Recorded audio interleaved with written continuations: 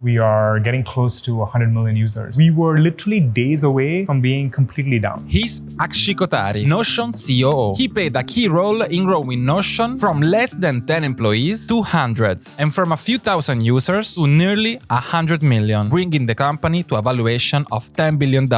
For those of you who don't know, Notion is an all-in-one workspace. I personally use it for work, tracking habits, and cataloging things. Some people use it for studying, others for organizing projects. It's a tool with numerous features that lets you create any type of workspace. A sort of productivity Lego. Hi, I'm Marcello Ascani, a YouTuber from Italy who's been using Notion since 2020, and many Italians discovered it through me. So, one day I wrote to Notion asking, please, can I get a tour of your offices? They agreed. In this video, you'll see a complete tour of their San Francisco offices by Lexi, the head of influencer marketing. An interview with the co-founder Akshay, who detailed how he scaled Notion, then a conversation with Linus, who is responsible for AI, and then Yann, who works in the Dublin office and is focused on the European, African, and Middle Eastern markets. Let's start with a quick tour. Hello, welcome to Notion's office. Here is where everyone checks in. Over here is probably the most important part of our office, which is the lunchroom, and where a lot of people do meetings, hang out, get refreshments. You can see here we have all these tables. So we have all of these really nice designer chairs in the office. We like to think that we're building a lasting product, so we want to be surrounded by lasting designs. Our CEO is really into like Eames chairs, Togo couches, very cozy office vibe here. But yeah, on this side, we have our marketing team and our customer success team. So this is the bottom floor. We do have all 3 floors in the office now. When I joined, we only had 1 floor. This is what an average day at Notion looks like. So this is our beanbag room. We have tatami mats, and we have these beanbag chairs. So people love to come in here, brainstorm, work. There's a lot of natural sunlight on a sunny day. This is some company swag. This was a blanket that we gave out actually to influencers for a New Year's campaign. It was like a cozy campaign vibe. In-house illustrator Roman did the design. So we have a lot of Sesame Street characters around the office. We use them to remind us of our customers, that the customers are always in the room. And so this one, it's quite large. And then this is a vintage Mac poster, make us remember that we're building a lasting product. A lot of us like coming into the office just because there are a lot of places to lounge and work, etc. And so this is a fun area we like to work in. Over here we have a piano. I don't know why. We're really into jazz. Okay, so this is our 3rd floor. And then up here, there's just more lounge areas. People do a lot of meetings here, eat lunch. I like this floor. It has the most light. And the best thing about working at a startup is all of the drinks and snacks. They have a really good selection up here. My favorite thing is the pebble ice and the gelato. I mean, this is a TikTok girlie's dream, as you can see. And then our gelato fridge. Got all of this different type of gelato. My favorite's pistachio. I'm gonna show you a secret room. This actually opens up, and this is like our arts and craft room. And I'll show you, there's a cool tradition we do. So we have a meeting at Notion. Every month, someone gets to make a poster. These are actually posters that different Notion team members have made. And so this was the first one. I think this was the second one. This was our old head of social, Alex. He did this. One of my favorite meetings at Notion. They're like still finishing this room up. We have a 3D printer. Another fun thing about Notion is we love our chairs. And so we do have these small like replicas of the chairs. Yeah, we're obsessed with chairs. This is another one. This is by the entrance. And then another thing we love is Legos. We look at Notion as the building blocks. Each line in Notion is a block. And so we go back to Legos a lot because we want to be the building block. Maybe this was early iterations of the Notion logo. This is one of the nap rooms, but I don't know if someone's in there. Phone booths, classic. We did just launch a massive campaign. We have a ton of new designs. Notion has color. That's like the big shocker for a lot of people. And so a tradition we do as well is anytime we launch a new campaign, we change out all of the Zoom backgrounds. Every meeting room has a different one. Notion, we like to do company offsites every year if we can. They'll send, the entire company somewhere. We'll do different activities. And then one thing the engineering team did is they actually did a chair building competition where they had to build chairs out of cardboard. And so they're sprinkled throughout the office, but this is a fun one. As soon as the tour was over, I went back to the ground floor to talk with Akshay, who is the chief operating officer and can be considered as a co-founder. In fact, he was responsible to scale the current version of Notion from a few thousand to almost 100 million users. I guess my history with the company goes all the way back to when Ivan started it back in 2013. I was one of the early investors. I actually tried to hire Ivan back in the day and I failed, and a few years later he hired me here. So when I came here, we were 8 people. 2018, right? 2018. 3 engineers, 3 support people, 1 designer. Let's dive into some history. Notion was founded by Ivan Zhao. Back then, the initial iteration of Notion was a sort of website builder, which didn't really catch on. The very first version of Notion is a web page builder. That's the prototype.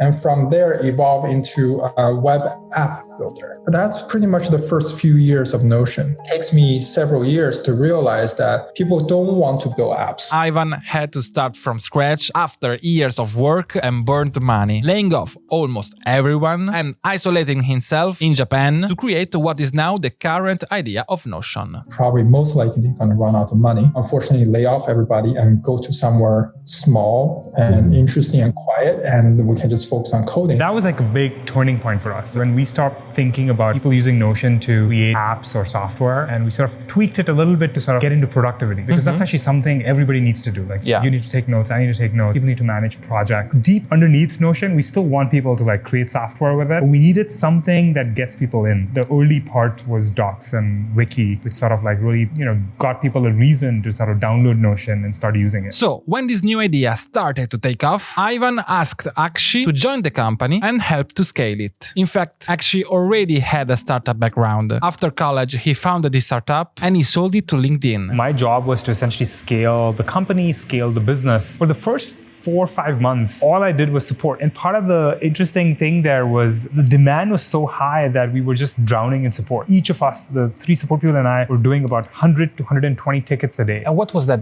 word of mouth? Yeah, it was primarily word of mouth because we had no ad, we had no marketing team, we had no sales team. Product-led marketing. Product-led marketing or product-led growth is how people call it. But essentially, like, it was a good product that was sort of doing its own marketing, where people were telling other people. When Akshay arrived, the company had 8 people, but in a short time, Notion started to become increasingly viral, without marketing, solely thanks to the product. I think when I joined, we probably had like 20,000 active users. We probably used to get about 1,000 people every day. I was very nervous. I was like, okay, you've hired me as a CEO and all I'm doing is just support. But actually those 4 months of answering the customer support tickets was like basically like getting a degree in how people use Notion. You get to realize all these different things that you'd never thought like you could use Notion for. I did not even know how to answer because people were using it in ways that even I don't know how to answer. So I would walk up to the support people and be like, okay, how do I answer this question? And every customer support ticket that comes in, someone has a problem with it, you could just walk to the engineer and fix it and then go back to the customer and tell them like, hey, refresh, and like it would work, right? It was a very tight feedback loop. And early days, like the reason Notion grew was because it had a great product, had great service. Those 2 things are actually like pretty much all we had. So the next step was to expand the team with a new sales division. Initially, their goal was to help a new market segment that was already growing, made by corporations that switched to Notion. We had an early customer who was actually a bank in UK,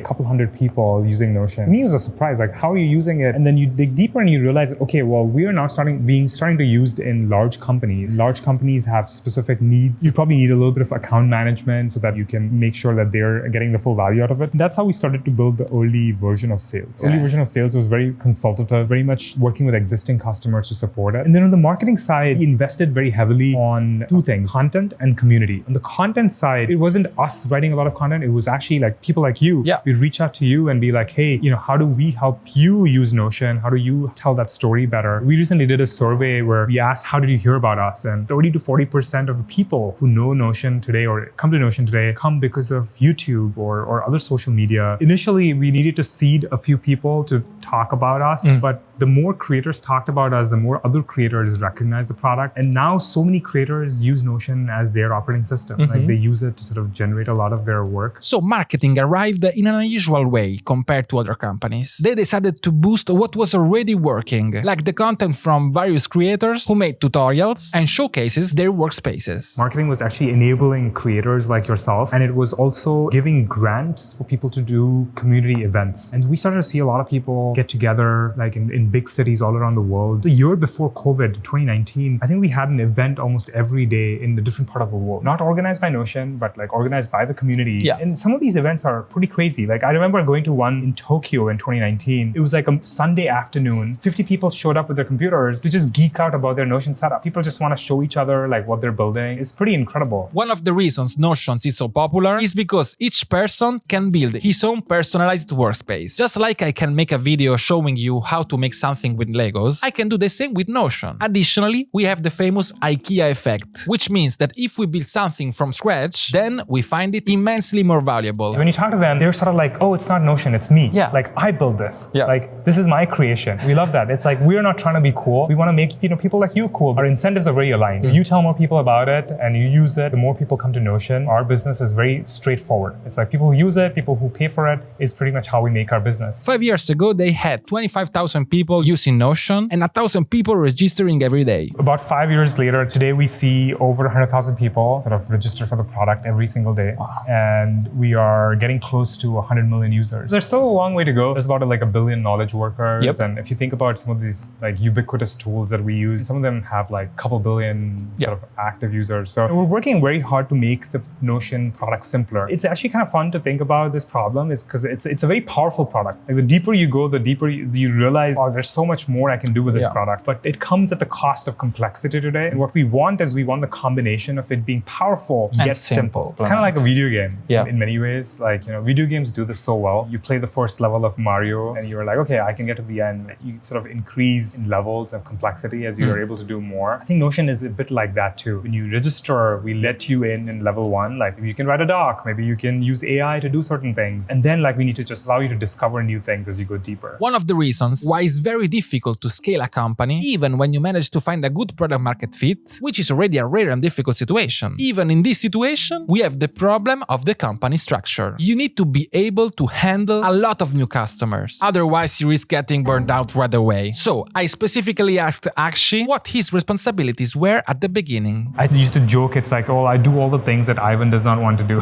My job is to make sure like Ivan is able to focus on the things that his zone of genius is. I started with support, then we built our sales and marketing team. Then I got leaders for all of them. All of them now report to our chief revenue officer, Erica. And I also worked for a few years in building our foundational teams, which is people, finance, and legal. In fact, before our CFO joined, I almost spent like 9 months on the finance team. So you almost like built the back end of the business, administration, finance, sales, growth, and everything. Life came full circle 4 months ago because Ivan asked me if I could run product. And so 4 months ago, I basically became the product leader. At this point, like, I've done a little bit of everything, and it also starts to feel a little bit like, oh, Notion's my life's work too. I have a 7-year-old daughter. My dream is by the time she goes to college, everybody in her class is using Notion. I will do whatever is needed in this company. I don't care about how many people report to me. I don't care what I work on. I really care about the mission we have. My goal is to just really figure out how we go from like 100 million users we have today to 1 billion users so that your friend knows about Notion. Yeah. How is your work right now in the day-to-day life? Right now, I'm very focused on our product work. So the product management team, the design team, the research team, and the partnerships team report to me. And I work very closely with my engineering partner, Fuzzy. Most of my time is just spent on figuring out our long-term strategy of the things we're working on. At a high level, we think about 3 horizons. Our first horizon is knowledge, very much around docs, wikis, a lot of work in AI happening in this horizon. Then the second horizon for us is workflows, which is continuing work from databases. We launched databases in 2018, but there's so much more we can do in that space so that we can enable all the workflows people have with it. Campaign management, sales teams want to really use this as their customer CRM. They all have the same building blocks. Database with relations, pages, with views, with automation. And you can also connect other tools with it. If you're using Salesforce, you connect your database with it. So that's a horizon 2. And then the horizon 3 for us is very much thinking about long-term distribution. And this is where we invest internationally a lot. We invest in students a lot. We invest in new products like Calendar that we launched this year. What can we do so that the product becomes ubiquitous? Underneath these 3 horizons is our infrastructure team. They make sure things don't break. And we had some tough times.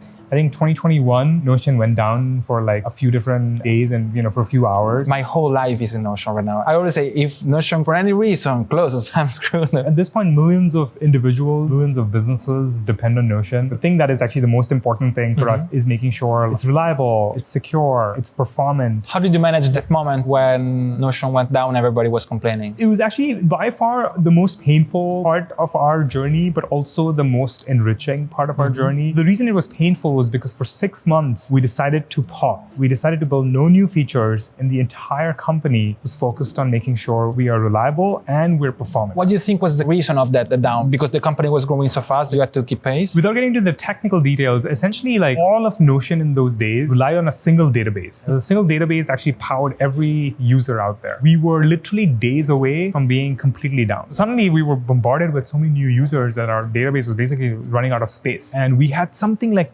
35 days left, complete Armageddon. Like we would not work. And so essentially like everybody went on that. And there's something called sharding the database, where you go from a single database covering all your customers to now tens of these databases. You could be pointing to a different database, I could be pointing to a different database. Yeah. So 6 months was painful because we've shipped no new features. But it turns out that being reliable and fast is the best feature. Our usage went up a lot because we sort of made it a lot more reliable. As a customer, I like the product how I find it. I expect it to be a reliable product. If you build new features, I'm surprised and I'm happy, but I'm not gonna be mad. It is such a paradox. Product people, we always want to like go build the next thing. Sometimes these situations make you realize the main thing is to make sure your product is reliable and it's fast. Performance is the best feature. Those improvements we made there, shows up in our numbers in terms of how much usage went up. 40% of the company works on infrastructure. Another 30% is on Horizon 1. Another 20% is on Horizon 2. 10% of our team is really looking at these long-term projects. That's roughly the breakdown of our engineering teams. What about the sales? Because what I see from the outside, I see that you almost don't have active marketing. I just see an organic community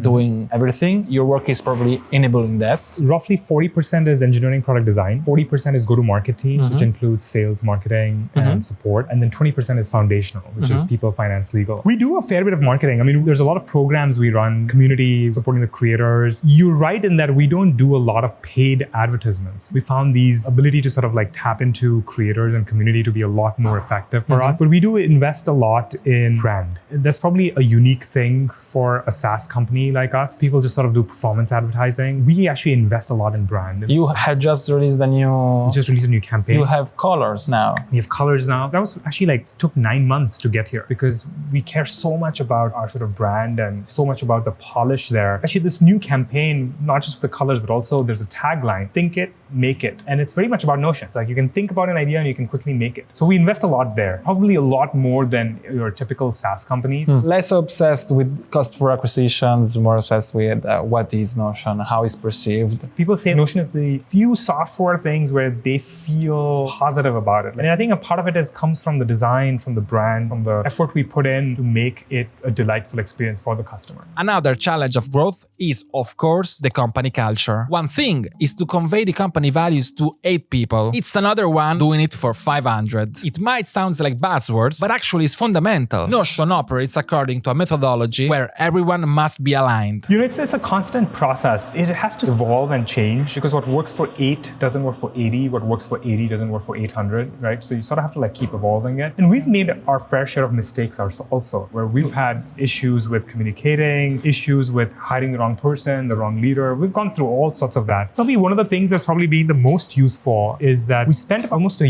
year really codifying our values. We did this by a process of iteration. Like the first version wasn't so great, but now we have 4 values. And the 4 values is I'm an owner of my mission, kind and direct, pace setter, and I'm a truth seeker. And it's very much like authentically us. It helps us think about the next person we hire. Like, do they have those values? So values in Notion are useful in a practical way. Like, for example, they use it for decision making. The 2 values we have is one is pace setting and the other is truth seeking. And they both of them actually fight with each other. Because sometimes when you're truth seeking, you can't be fast. You have to wait. And sometimes when you're pace setting, you can't really truth seek. And we pick both of them because some situations require you to move fast. And we think of it as like, okay, if it's a reversible thing, let's move fast. Because as a startup, you have to move fast. But if it's like an irreversible thing, like, are we going to create a Tokyo office? Well, that's a kind of a pretty big decision. We should rather truth seek on that. Are we going to change our pricing model? Pretty big implications on that. And we should think about it. It's a mental model of Farnham Street. You know that? Yeah. Irreversible thing, go slow. Go slow. Reversible thing, very fast. Go fast, yeah. To grow a company this big, it's usual to make debts and to give up a lot of equity and then wait years before being cash flow positive. Well, that was not the case for Notion. When I joined, the company was already cash flow positive then and has stayed cash flow positive since pretty much that time. Maybe the one thing that we did differently compared to other companies in the Valley is we had a lot of chances to raise money, but we decided to not raise it just because we could. We decided we will only raise it when we have good reasons to do it. And we have raised a fair bit of money at this point. 300 million is more than that. 300 million is more than that, yeah. But in the early days, we said no because we felt like, oh, we're cash flow positive. Yeah. We can take the business and just like continue to fund ourselves. And maybe in the early days, part of the reason we stayed cash flow positive is because we kept the team pretty tight. In fact, even today, we think pretty hard about hiring another person. It's like, okay, can we build better systems? Can we like do with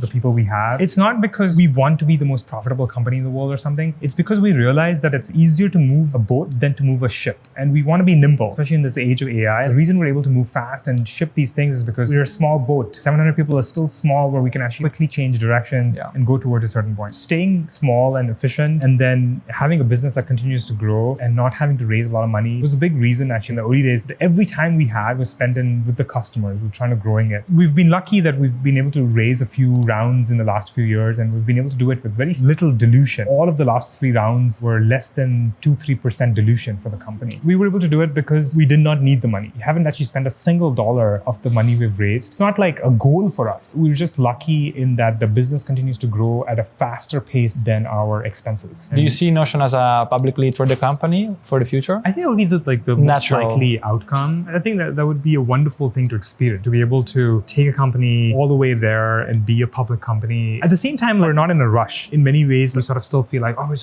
just getting started. What about the threats for the future? The biggest existential threat Notion has is probably security. We take that very seriously. Notion's business is built on trust. It takes decades to build that trust and it takes minutes to lose it. And it's such a dynamic space where there's the new startups coming up every day and we play with their products and we sort of stay paranoid. In fact, the AI story is pretty interesting. The reason we moved so fast was because we were paranoid somebody's going to build Notion but with AI. And before somebody could do that, we just did it to ourselves. We literally had 5 people working on it and we got the alpha out in a month and we had a full GA product out in 3 months. Probably one of the fastest AI products that went to market. And that's also a demonstration that Notion is still a lean company because it can move so fast. Exactly. One of the most important updates that Notion introduced was Notion AI, which added so many new features, such as the ability to summarize, find information within your Notion, and so much more. So I asked Linus, head of AI, how did they start? The seed of the idea started towards late 2022. Notion, the company, had an offsite, and around that time, Ivan, our CEO, had seen a kind of an early demo of GPT-4. It was an early versions. It was still pretty prototypey. It didn't quite do all of the things that it could do now. He could sort of see the potential. This is a thing that doesn't just do basic natural language processing tasks like understand sentiment or classify, but it can actually listen to your instructions and do some amount of reasoning and thinking. Based on that, the company started prototyping what could this look like, what could AI look like if it was inside Notion. So Ivan, realizing the incredible capacity of this new technology, decided to invest in this area by starting a dedicated team. A couple of months later, Linus joined the team. I joined Notion a few months after the original Notion AI effort had started. There was already kind of a prototype, but a lot of the details, particularly around exactly what use cases folks find most interesting and valuable, or being able to follow up and say, oh, you made that too long and make it more short. Those things I think took some iteration. The initial idea found traction pretty early on internally, and then over time we've iterated. Because so much is changing so quickly, you have to really adapt. Think about not just what's possible today, but what are models going to be able to do 3 months from now, 6 months from now, a year from now, and then build and start preparing for what's going to be possible. But on the other side, there are also things that we've tried to build early last year, for example, that kind of worked, kind of didn't. We couldn't exactly tell when it was going to be ready, and we sort of put it aside, and we've come back to it more recently, and it started clicking more. Then I asked him how Notion AI technically works. In the most recent version of Notion AI, there are kind of 3 parts. Your knowledge. We use a technology called embeddings to take pieces of your knowledge, whether it's like a paragraph or a page or a database, and turn it into an embedding, which is a semantic numerical representation of roughly what that paragraph is about, in a way that we can sort a bunch of topics, of a bunch of snippets of text by like how relevant it is to some question. So that we have a data set of embeddings that represent your knowledge. We have the model, and the model can take some input and instruction and decide whether to search for something or to edit something or to ask you a follow-up question. And then we have something we built at Notion to stick all these pieces together, which we internally call the AI engine. And the engine is the thing that kind of takes the AI model and glues all the pieces together. So when you ask the AI to do something, the engine will call the model and say, here's the user's instruction. What's the action you want to take next? Is the language model proprietary, or you use like other language models? We try to be quite flexible tool and the kinds of language models we work with. Currently, we work most closely with OpenAI and GPT-4. But on top of the models that are available, we've done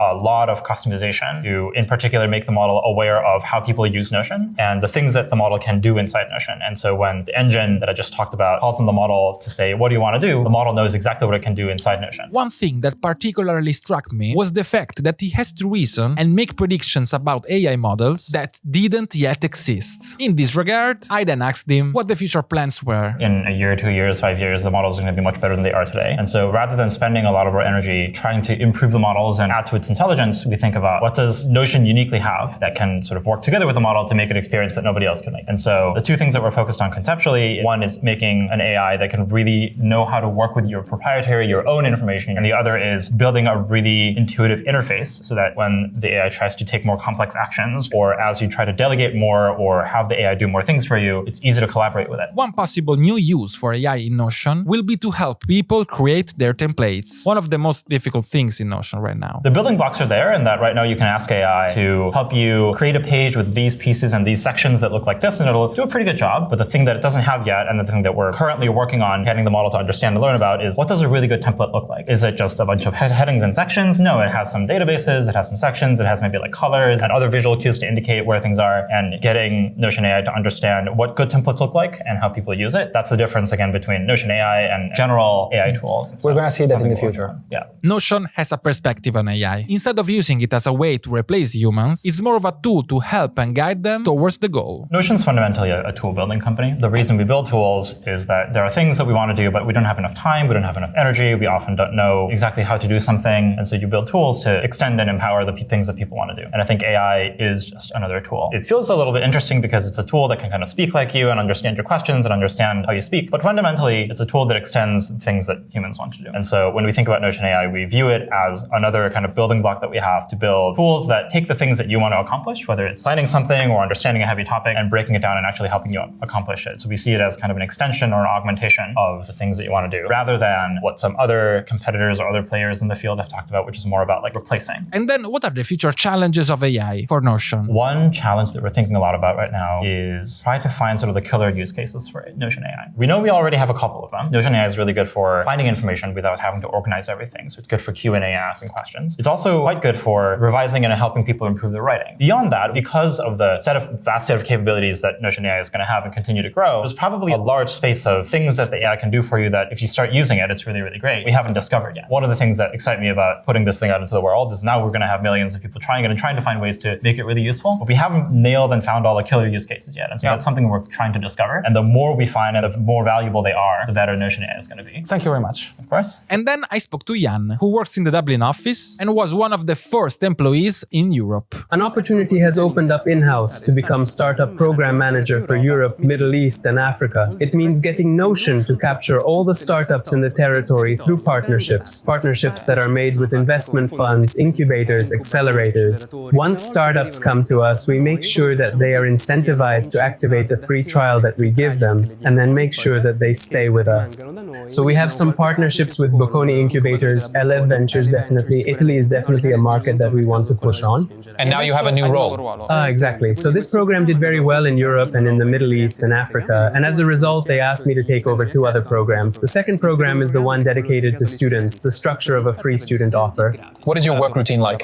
I start the workday at 9 o'clock with those first 15, 20 minutes that are total focus, where I don't even answer emails. I do local augmentations, take a look at the numbers to see how we are doing and make my priorities for the day. After that, there is a second part of the morning. I work on existing programs and new programs. Lunchtime comes, typically in the gym. After that, we have the afternoon, which are mainly calls with New York as soon as New York wakes up. I get out around 5 o'clock. At 5, I walk home, look for an hour or so. I'm an avid podcast listener. I come home, and after that, I work with San Francisco. So when they actually start their day, it's 6, 7 for me. Yeah. So at that point, I pick up the calls a little bit. And for the future, what path do you expect? Notion's mission is to become a ubiquitous product that is used by all people. My goal is to be able to contribute to this mission by getting all European students from the Middle East and Africa to go through Notion and start their student life with Notion. Structure their courses, do their job searches, so that one day when they enter the company, Notion will already be their tool of choice. Yann was the last person that I interviewed, and then I ended my dive-in this amazing company. They don't give many interviews, so I had a lot of questions to ask. However, I must say I'm very satisfied. Write in the comment which aspect do you think it was the most interesting, and which other company would you like to see in this format. If you want more videos like this, subscribe to this channel, and soon all the other videos in my channel will be translated in English. They will have the multi-audio track.